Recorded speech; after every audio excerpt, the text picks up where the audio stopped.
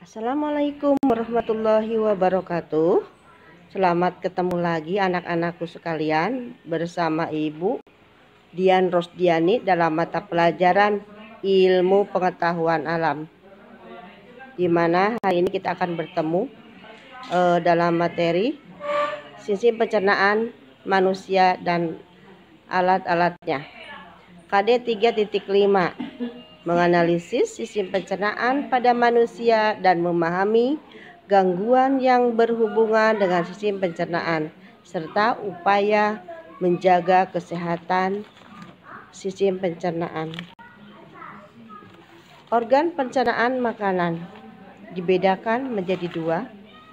Organ utama yaitu mulut, kerongkongan, lambung, usus halus, usus kecil, usus besar, rektum, dan anus, serta kelenjar ditambah dengan organ tambahan yaitu kelenjar pencernaan.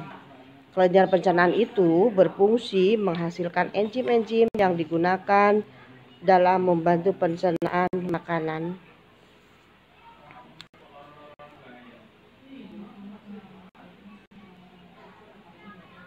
Organ pencernaan utama yaitu mulut. Organ pencernaan utama mulut. Di dalam mulut terdapat ada gigi, ada lidah, ada kelenjar air liur atau dikenal dengan ada dentes, ada lingua, ada bilabium, dan kelenjar salipa. Air liur itu mengandung mikosa atau lender senyawa antibakteri dan enzim amilase. Pencernaan makanan di dalam rongga mulut terjadi secara mekanik dan kimiawi.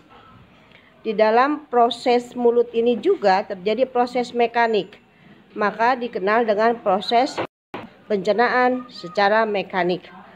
Prosesnya pencernaan mekanik itu terdiri dari makanan masuk ke mulut, kemudian dipotong-potong oleh gigi seri, lalu dikunyah oleh atau ditumbuk oleh geraham, lalu kalau daging dicabik oleh taring, dilumatkan oleh kelenjar air liur atau kelenjar salipa. Apabila sudah lumat, maka didorong oleh lidah atau lingua masuk ke kerongkongan atau ke oesophagus dengan bantuan peristaltik. Dari peristaltik ini, gerakan peristaltik menuju ke lambung atau ke ventriculus.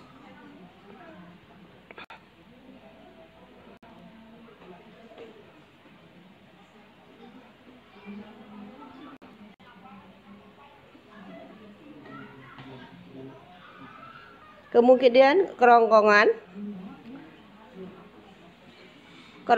adalah yang menyatu, memanjang dari bagian belakang rongga mulut sampai ke permukaan kerongkongan atau dikenal ada oesophagus. Di dalam oesophagus ini ada dua saluran, ada saluran pencernaan dan saluran pernapasan. Saluran pencernaan, kalau kita sedang bernapas maka dia akan ditutup atau diklep oleh sistem bagian pernapasannya. Sedangkan kalau kita sedang bernapas kebalikannya, maka bagian saluran pencernaan akan ditutup oleh pencernaan. Lihat tayangan gambar tersebut akan lebih jelas dan tolong dibaca dalam paket. Lambung. Di dalam lambung ini terjadi pencernaan mekanik dan kimiawi secara mekanik. Otot lambung secara berkontraksi mengaduk-aduk bolus secara kimiawi. Makanan yang masuk dari mulut tadi masuk ke oesophagus menuju ke ventriculus atau ke lambung. Di lambung itu akan dicampur oleh enzim dengan dicerna bantuan enzim amilase, enzim pepsin dan renin atau HCl, pepsin dan renin yang akan membantu menghancurkan makanan di dalam lambung. Bolus adalah sebuah massa makanan yang siap ditelan atau dilewatkan di sepanjang usus.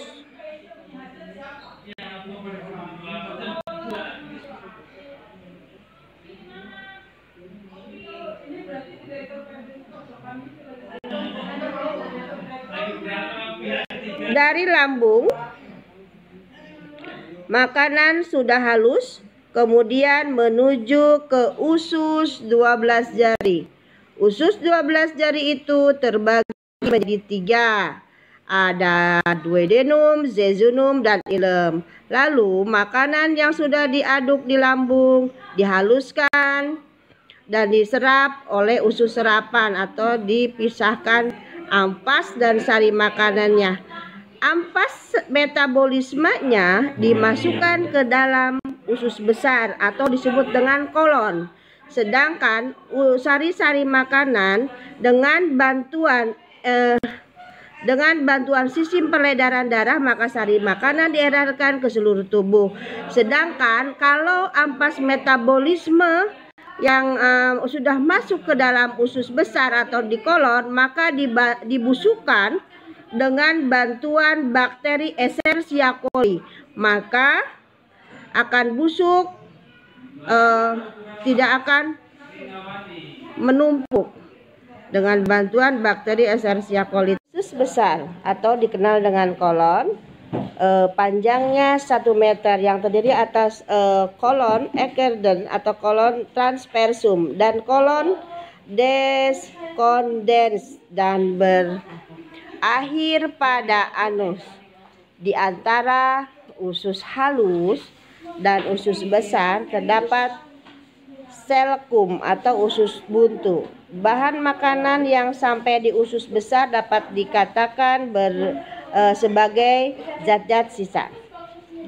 Usus besar berfungsi mengatur kadar air pada sisa makanan. Bila kadar air pada sisa makanan terlalu banyak, maka dinding usus besar akan menyerap kelebihan air tersebut. Sebaliknya, jika sisa makanan kekurangan air, maka dinding usus besar akan mengeluarkan air dan mengirimnya ke sisa makanan.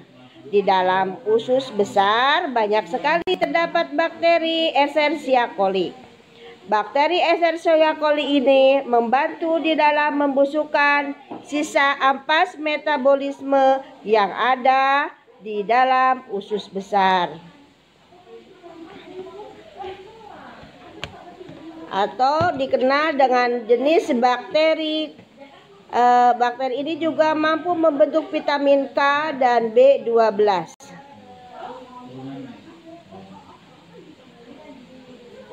Hati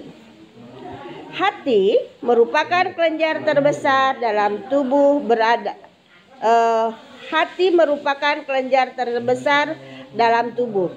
berada pada bagian rongga perut sebelah kanan di bawah diafragma.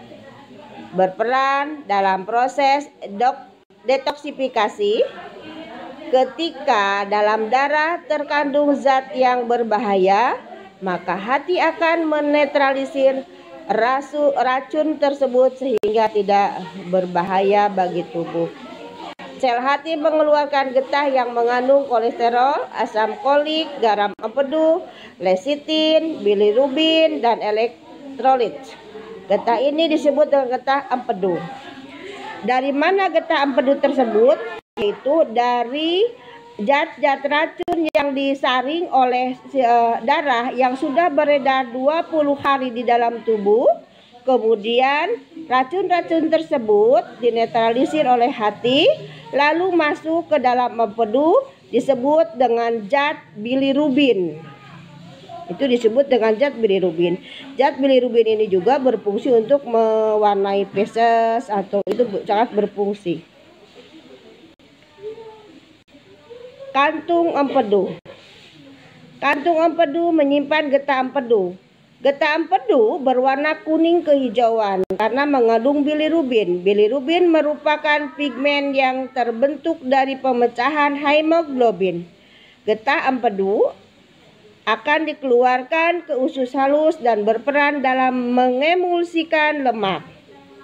Pankreas merupakan organ yang berada di balik perut di belakang lambung.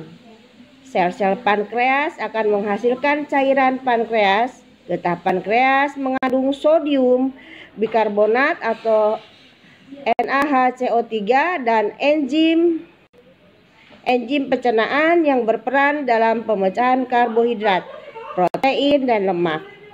Pankreas juga merupakan kelenjar endokrin yang menghasilkan hormon insulin.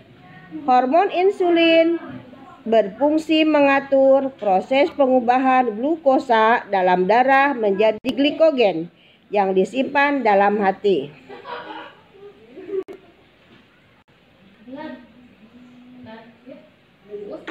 Dan tolong kamu demikian anak-anak, tolong dijawab tugas satunya.